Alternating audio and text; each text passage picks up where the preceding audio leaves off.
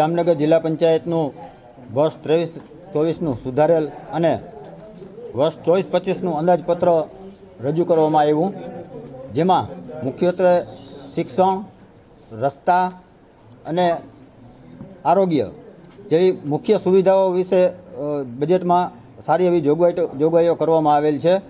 અને આ જોગવાઈ મુજબ લગભગ ગ્રામ્ય વિસ્તારમાં બધા સુખાકારી માટે બધા દરેક કામ થઈ જાય અને બધાને સંતોષ મળે પબ્લિકને, એવી રીતે આખું આયોજન કરી અને આ વર્ષનું બજેટ મૂકવામાં આવેલ છે.